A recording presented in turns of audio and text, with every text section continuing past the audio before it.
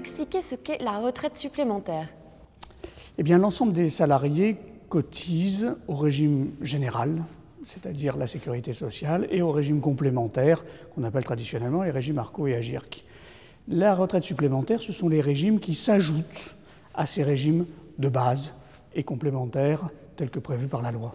Mais ce sont des régimes dont la nécessité se fait de jour en jour plus sentir, dans la mesure où les régimes de base ont tendance à servir des prestations qui sont de moins en moins élevées, et donc les revenus des retraités tendent à s'éroder, et les régimes de retraite supplémentaires sont là pour compenser cette érosion. Pourquoi est-ce à l'entreprise de compenser cette dégradation? Quel est son intérêt?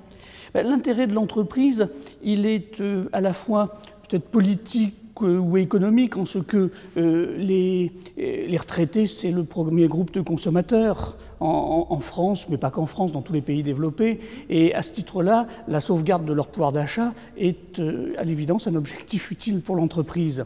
Et puis il y a une raison aussi plus technique, c'est que l'alternative à la retraite supplémentaire, c'est l'épargne individuelle. Or, l'épargne individuelle présente deux faiblesses. La première faiblesse, c'est que le salarié est seul face à la décision de la mise en épargne. Et on a des salariés qui sont des fourmis, et puis d'autres qui sont des cigales.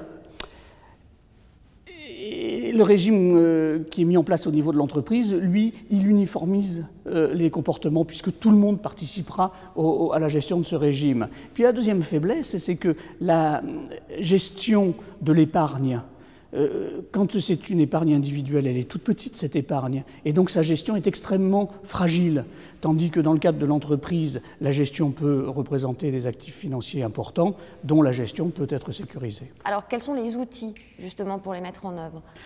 Il y a deux grandes familles de régimes de retraite supplémentaires. Les régimes de retraite à cotisation définie. L'entreprise s'engage à verser une prime d'assurance, un assureur, et puis cette prime est capitalisée au fur et à mesure qu'elle est versée, et le salarié, au moment où il part à la retraite, il fait liquider cette prime sous forme de rente. L'opération est très simple à réaliser, elle est totalement sécurisée pour l'entreprise, puisque l'entreprise ne s'engage pas à autre chose que de verser des primes, pour autant qu'elle ait les moyens de les verser. Et ensuite, surtout, elle ne s'engage pas au service de la retraite. Ce système bénéficie en outre d'un certain nombre d'avantages au plan fiscal et social. Deuxième catégorie de régimes, ce sont les régimes qu'on appelle à prestation définie. Cette fois-ci, l'engagement de l'entreprise est beaucoup plus marqué, puisque l'entreprise s'engage à verser une rente de retraite à ses anciens salariés. Et donc, elle garantit un résultat.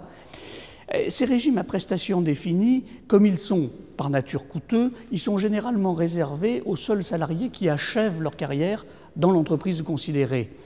On dit que ces régimes ne sont pas portables, c'est-à-dire que le salarié qui quitte l'entreprise avant l'achèvement de sa carrière, il n'a pas droit au régime. Vous venez de nous exposer les deux régimes à cotisation définie et à prestation définie. J'imagine que l'un comme l'autre, du coup, s'applique à un type de salarié donné.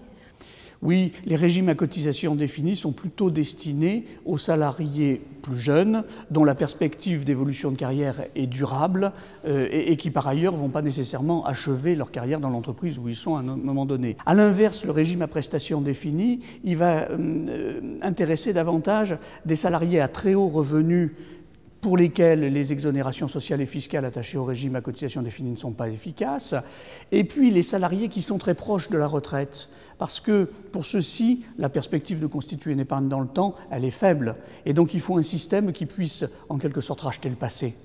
Et les régimes à prestations définies permettent de racheter le passé.